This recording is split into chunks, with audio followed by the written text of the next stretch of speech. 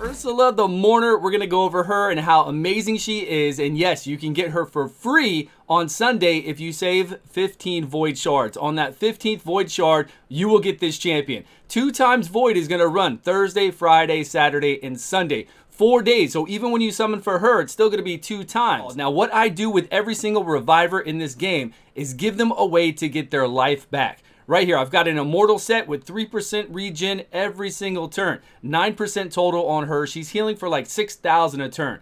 It keeps my revivers alive. They're the last one standing, and they bring everybody else back to life. Look at my other people. Anytime you see me do a video, Melga. She's in a regen as well as an immortal set. Then we have Jirog, regen set, going through faction wars, keeping himself alive no matter what, and then bringing everybody else back to life. We don't even need somebody to give us heals on team because these revivers will stay alive and keep reviving everybody. It's a beautiful thing to do, and I think Vogoth has one of my sets on. Vogoth, I was testing out some stuff. This would normally be on one of my revivers. I go HP gloves, HP chests, speed boots on every single one of them because we are healing off of our HP. And on all these revivers, really all we need is high resistance and decent accuracy if accuracy is needed. So for masteries, you just go get whatever you need. Do you need more resistance? Get that resistance. Do you need more accuracy? Get accuracy. Some of the revivers don't have any debuffs to apply or any kind of turn meter reduction, so we don't have to worry about accuracy at all. Then we can focus purely on resistance to make sure we don't get any debuffs on them to stop us from getting those heals, to get a decreased defense. We can keep them alive, take less damage, turn meter increase, and then we can bring everyone back to life. And that's what we're going to do with Ursala. We're going to do exactly that. We're going to bring her in here for turn meter reduction. I wish this was a little bit stronger, but it's okay. She's got a 3-turn AoE here to decrease attack, increase our attack. Then she's got a 5-turn, which will bring everybody back to life. It's 75% HP, fill their turn meter by 50%, get an increased defense, strengthen. Now, depending on what your team is made out of, if you're running a seer, you want to set up the AI to do this first if you need more buffs. That way she can strip the buffs and drop the waves. If you're running defense-based damage-dealing champions, then you want the AI to do this one first as well to get you that increased defense. If your team's going to get hit first, if you're not that fast, and you come in there and you know the wave's going to hit you back immediately before she can take an additional turn, then you might want to do this one, although decrease attack is very strong. So I have attack-based champions that I'm going to use right now for a run, so I'm going to force her to do this A2. That way we get that increased attack from my attack-based champions, we do more damage, and when we get hit back for a lot less. 50% decrease attack is amazing in this game. For every single boss, for every single wave, for anything you do, especially bosses, as you know, it's almost mandatory on a lot of Doom Tower bosses, and then also on something like the Ice Golem.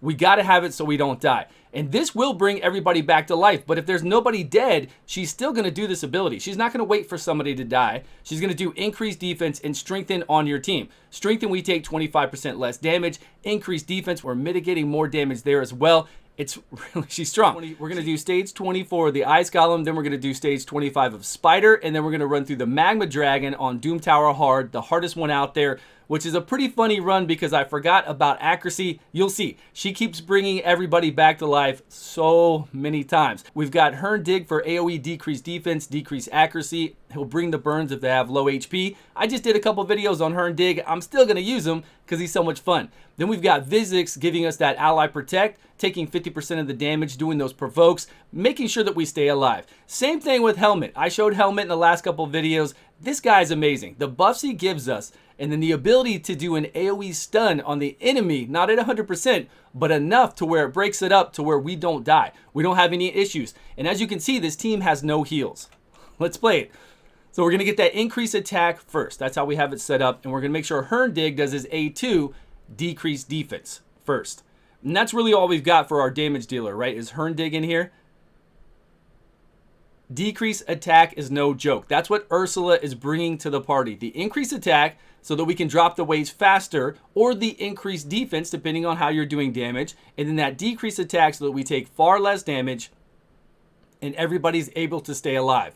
Now, doing that decreased attack coupled with increased defense and strengthen means you're really not going to take much damage at all. And she does have an aura for Doom Tower speed, which is very handy to get you that speed so that you can take control of those waves and go first. Right now, we're just blasting through this. Hern Dig, if you didn't watch all my other videos on him, is crazy.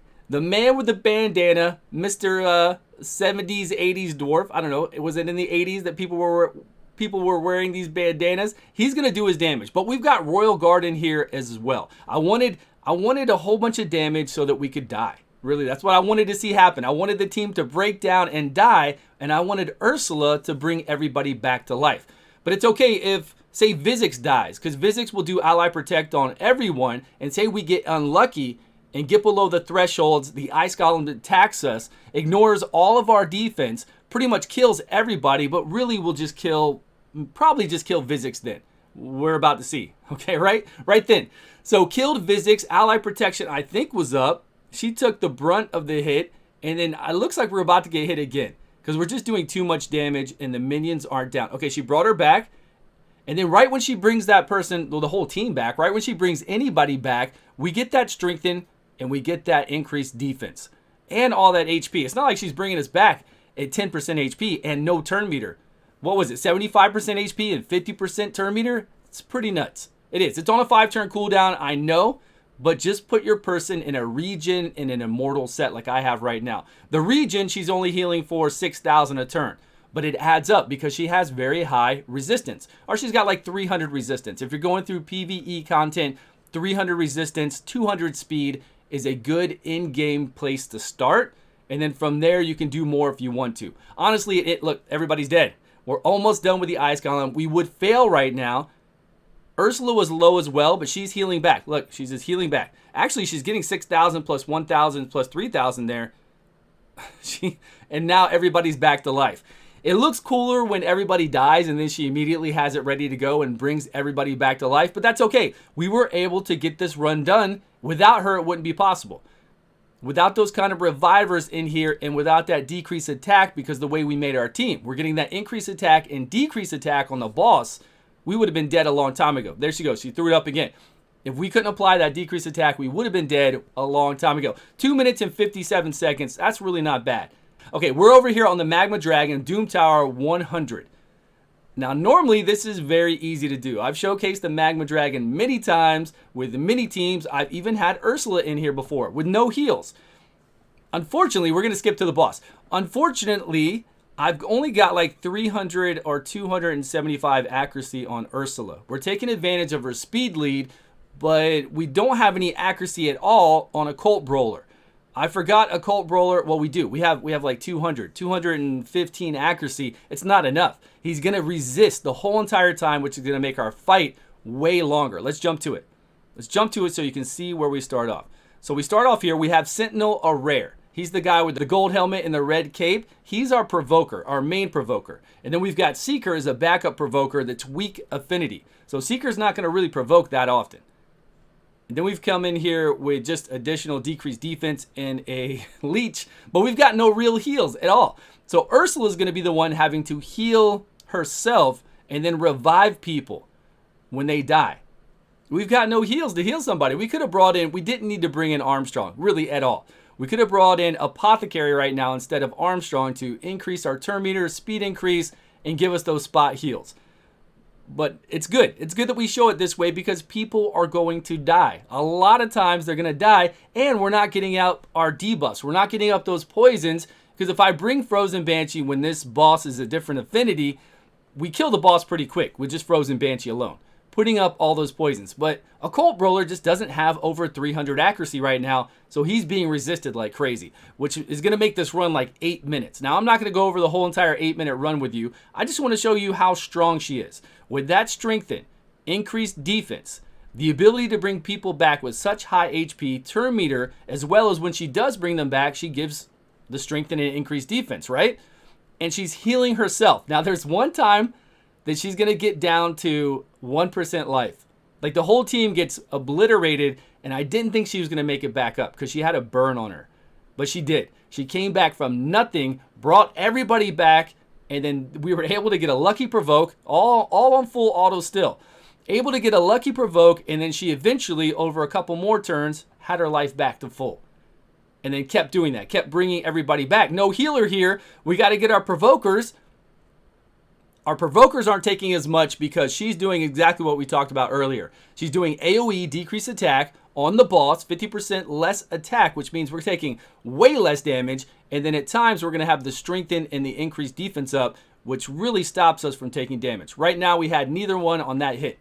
So as you can see, what are we going to do, right? We've got no legitimate provoker. Okay, now they're back up. But then he just died. Okay, now we've got a weak affinity provoker, which is never good, with our seeker trying to provoke the boss. If we don't get a provoke, we're going to take a hit. An AoE big hit to everybody.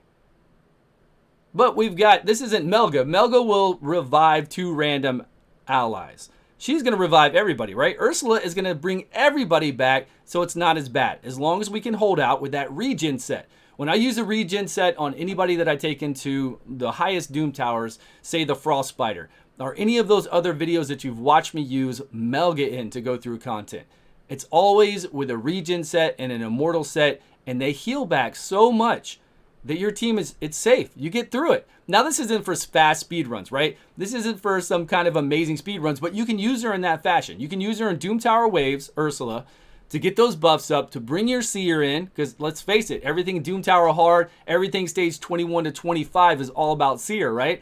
All about seer to drop those waves, and then we get somebody that gives us buffs, a lot of buffs from Ursala, gives us that revive, and then the AoE decrease attack. So pretty damn strong. So get her. My whole thing is get her this weekend. If you don't have her, why wait? Go ahead and save 15 Void Shards. Get her on Sunday. It's still going to be 2 times Void Summons. You're just not going to have, you're going to be 15 less to try to get 2 times, 10 times Shadowkins. To try to get your Rio or whatever you're going for. Whatever you're going for, or maybe you don't want those Shadowkins and you want to summon just on Sunday, just let me know. I'll be on. I'm going to be on right now. I'm going to be on summoning probably. I'm not going to have time to get this video up. I'm going to have to get online right now. Summons are going to start in the next 20 minutes. Look how low we got right here. Okay, I don't think we're going to be able to, God, a Cult Brawler. A Cult Brawler without being able to apply poisons is a terrible Occult Brawler. Resisted, resisted, resisted. I don't know if you saw the slow part. Let's go over a little bit more. I don't know if we'll be able to catch it. There she is. She's really low right now. She brought the rest of them back, but we can't have her die because we still have a really long way to go. Because there she is. Look how low. Okay, healing, healing. Did we get a provoke? We have to get a provoke. If we take an AoE, we're going to die. Healing, healing, and a provoke. Okay. Now she's coming back, right? She just needs a few more turns, and she's going to be back up to full health. Now, the best thing to do for PvE content, since we don't have to be super fast, is if you can do 200 speed along with HP gloves, HP chest, and HP boots at 200 speed. Then you'll heal back for an insane amount. HP ring with HP percentage substats. You'll get some defense in there as well, right? You'll get some flat defense. You'll get some defense percentage. So we'll have decent defense. But then we're going to have really good HP, and we're going to heal back a tremendous amount. And look, she's already back up. Let's go to the end here so you know that we beat it with this crazy team. With no poisons coming from a Cult Brawler. No reason to have him here. Armstrong's really not doing anything. But it's okay. We got through. Ursala carried us. And we're done. That's it, everybody. Let me know how you feel about her. Are you going to go for her on Sunday? You should. If you don't have her, just do it. Save 15 for her on Sunday. She's very strong. If you have a new account or a mid-game account and you just want something for progression, really great for that. And then, of course, at in-game, she's still good for that as well. Thank you all so much for watching. I will see you guys all in a video soon. Now we're going to go into Spider 25. Now, I was playing around with this team. I probably wasted about 200 energy messing around today with this team because I was determined to bring her in here in Spider 25, have my Cold Hearts die, bring my Cold Hearts back, and still beat the Spider. So I had to set it up really crazy. Each of my Cold Hearts, of course, at different HP levels. But the lowest HP Cold Heart's going to get attacked first, and so on to the next Cold Heart. So I had to set it up a specific way so that we could keep the turn meter down on the boss. And then Ursala, like at first I had Ursala doing her A3, then I had her doing her A2, then I had her stalling out and not doing, doing her A1 as an opener, and then waiting to do other moves. It was crazy. So I spent a lot of energy trying to get it down to perfection, and I think now I have it. And I'm not going to show you multiple runs. I'm just going to show you these fast ones really quick. The way I have it set up is that first Cold Heart will do her Heart Seeker turn meter reduction, and I will beat this every single time as long as we don't get resisted on that turn meter decrease from our Heartseeker, and it can happen. There she goes. She brings everybody back to life. Decreased attack is on now. This last Cold Heart hasn't done her Heartseeker yet. I have her stalled to 3 turns to do it. She's about to do it now, because if we had all the Heartseekers happen right away, the turn meter would be depleted so much that the spider boss would actually be able to come back and take a turn. So we had to keep it down. We had to do it in a way that we keep the turn meter down on the boss, and we'd eventually be able to burn the boss down like this. And it works. It really does work. And I'll show you how I have it set it up right now. And then we're going to jump into another run where you can really see her magic, because she's just going to keep bringing everybody back to life. We have no heals whatsoever, and we're going to die a lot. So over here with Mordecai, I've got him doing his opening with his A1. I've got his A2 locked out because I don't want that AoE turn meter reduction. It was causing the spiderlings to actually slow them down and not the boss that much, and then the boss would take a turn. This is the second Cold Heart. So the second Cold Heart is doing its A1 first, not doing the A2, and then doing Heartseeker on the second turn. The first Cold Heart is going to do Heartseeker right away, and then the third Cold Heart is going to be forced to open with the A1, then do the A2 right here, and then go into the A3. That way we could keep the turn meter down and let the burns be applied. And then with that, I had this set up all different ways before to devour them, and it didn't work out, right? We want the boss to not take a turn.